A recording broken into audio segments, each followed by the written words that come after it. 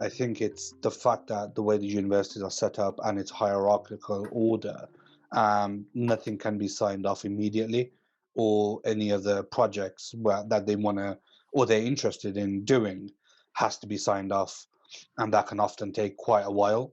And I think that's the only issue that we've encountered is that the time delay in either getting something done or somebody not necessarily coming back to us. That's quite immediate, but for them to then take it and get it approved takes quite a while. Just streamlining maybe their processes, maybe utilizing some of the tech that's out there for them enables them to make a decision a lot quicker, and maybe they can learn from some of the startups that they house, and implement that technology themselves. The services that comes with it, i.e., whether it's accountants, lawyers, FCA experts, they can really get behind the startup and give them access to those services. That in turn then helps the product to launch and get it out into the market a lot quicker. We've been kind of wanting to kind of engage with the Bristol universities for a while.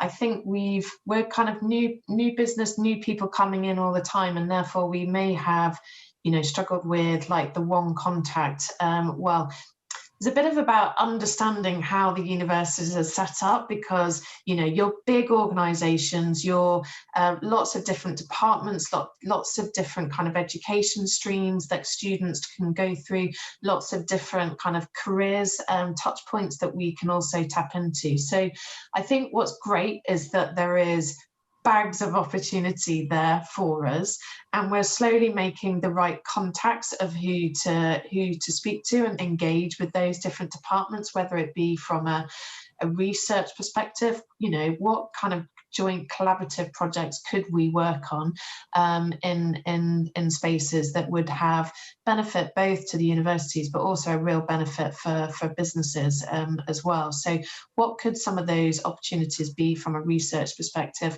through to acquiring and developing talent? And sometimes when you're working as a startup with some of the universities work at a different pace to a startup, and some of the government grants need a multi-year sort of projection and very detailed plans of what you're going to be doing, which sounds very reasonable, but actually doesn't necessarily take into account the very agile nature of development that happens in startups. Some of the industry versus university collaborations wanted to be very, very set and very, very specified as a project. And sometimes that's very hard to do because you're discovering stuff on the way through, and it might not lend itself to you might not know everything at time zero when you start off the project. And therefore, I think it needs a bit more flexibility of what we can do and how projects can evolve. I would say that also kind of financially related, but there's loads of fantastic government grants that are on offer to basically support fintechs, and there's loads of universities like yourselves that are offering kind of that sort of research support and kind of like knowledge sharing. And I think the main problem with this is, while they're all great, is that the administration to process a lot of them is quite time consuming, and for smaller fintechs and small startups that time is of the essence, and kind of fintech is such a fast moving space that by the time we've gone through all of the process of the administration to say apply for a grant or apply to collaborate on a project with the university, the project's already been done, and by the time it actually gets approved we've already moved on and there's already other progressions. So I'd say that can be a barrier, is that whilst there are areas of support available, they're not always as feasible, especially for those that obviously ironically need it most. I think the speed as well is always a bit of a challenge. So when we want to do something, it tends to be something we want to get on and do. It's not something we want to spend a long time getting going on. And so that reactive and speed can be a challenge at times. But it's like anything in life, if there's a will, there's a way. And if you've got the right contacts at the university with the right passion, it's absolutely not a problem. And I think, it's like any kind of relationship, getting the relationship right quickly is important. And I think that's where universities can be on the front foot. How can they make relationship building with businesses really easy for the business? Because they're not experts, and businesses are not experts at building relationships with universities. We're experts at building relationships with other businesses and consumers, but very rarely with academic organisations. And I think, you know, it would benefit the universities to be mindful of that and make it as easy as possible. And then I think they'll get great traction. In the past, the university skill base has not been for small startup businesses. The university production of graduates, whether it's computer sciences or law or accounting or whatever, has been for larger firms. There is a change in attitude, I think, that universities are more open to working with startups. So I think there has been that disconnect, but I do see, and this is where, long way round to answering the question, where I think where an area such as social sciences can really help in looking at that whole community and collaborative aspect, what needs to be done in order to bring all the different components together to deliver a stronger and better solution for that community. And it's not anything that's really been looked at before. Yeah, I think it can. I'm an optimistic, and I do feel that the key issue is for the university to identify a cadre of academics who have interests, research interests and teaching interests around finance and technology. So I think that's a really important first step. So to develop a sort of a fintech group across the university. With the universities, I think they've got an important part to play with people coming out ready for work and thinking about employability and skills. I think if anything to change would be probably the attitude of the technology transfer offices within universities. At the moment, they are incentivised towards taking quite a significant stake in a business if it was going to spin out, which you can understand why that would be. Doesn't really bode that very well for the business though, because if a university's got a 40% stake before you've done anything, you've got that technical aspect, or you've got a lot of IP, but then to go and commercialise that and raise investment off the back of it whilst you've already sold a significant chunk is really a big challenge for a business to then get past. And it's something that we saw in the Enterprise Fellowship Programme. It's quite interesting in that totally different scenarios as to how we could work with the university and make it simple. I think that's really the key thing for the businesses. Most universities, particularly in Scotland, are quite accessible. You can actually reach out and get in touch and see if they can, if there's any way that they can support. So in terms of how universities can make it easier to collaborate with, I think a lot of it is sort of unknown really to the companies, and I suppose really in what value the universities can bring. So I suppose maybe a clear articulation of that. It could be very useful just in terms of how you can sort of very simply explain a case study or something, and what is available, what they can get from it. That would actually, I'm sure, be very useful to a lot of companies. And a lot of it actually ends up wrangling on the sort of personal connections that you end up having, and that's how you find out about all these things. But yeah, I think greater understanding of sort of the value that universities offer and the projects that could be undertaken, I think would be very useful. So in terms of the roles of universities in supporting sort of fintech clusters and ecosystems, I suppose if you think back to it, the universities have sort of supported every sort of the other professions really. We have a good cluster around the central belt for finance, because we have good universities turning out a lot of good graduates for finance, medicine, law,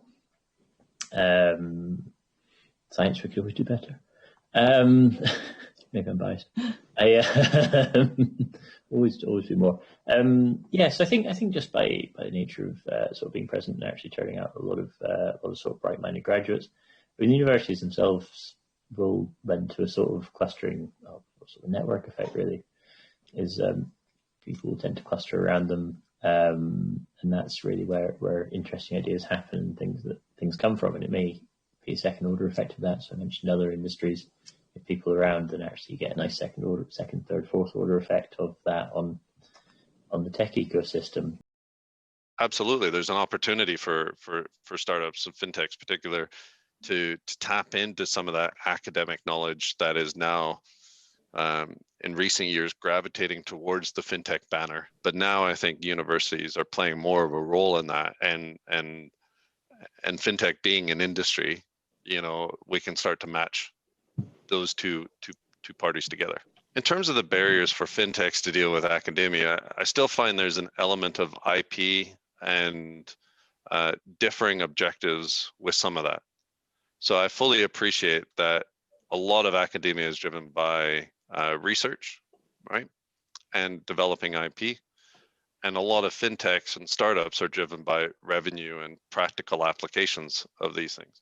I think trying to find the bridge between those two, although it's gotten a lot better over recent years, is still a bit of a challenge. And it's part of that sort of conundrum. I mean, most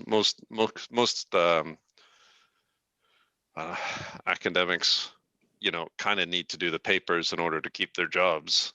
So how does that help somebody like us apply a technology to a real problem that isn't innovative enough to write a paper about?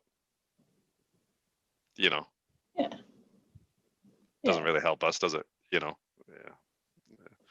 But applying what into something that is easily solvable also doesn't generate a paper. Where a startup engaging with academia is different than a startup coming out of academia, which is the way I think a lot of academia still views startups. We've always had really strong collaborations with the universities and with organisations. For example, like we're on the RBS NatWest Scale Up programme. We've just done a programme with Barclays Techstars. We won a Deloitte hackathon. There's always been really strong involvement between us and the partners in the fintech community, and then also kind of just being part of the community itself to just talk about their capabilities that could be posted on, for example, Fintech Scotland website or something, to kind of make fintechs aware of the ability to collaborate and the types of things that they would be able to collaborate on. So, those types of things, there's a platform to do it and to reach all the fintechs that could potentially result in some really interesting projects. In terms of the actual horsepower, if you like, the brain power, there's no doubt that the institutions had that. What they also had were free thinkers, which I loved about what we had, was we had free thinking people that came out and had no inhibitions. They had a point to prove to the world, Helen, and what we garnished and what we gathered in our business, Castlight being casting light on financial services, which is where the name came from.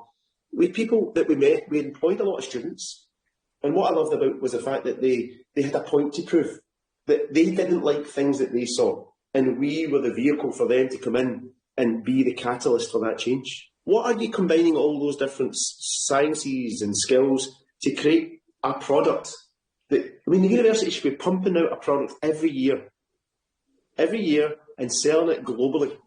Everybody talks about how sales are an integral part of how they grow, but how do you teach that as part of a degree? Because most of the people that I met, yes, they talk about how important selling is, but actually teaching students how to sell, I think, is a really important part that's missing.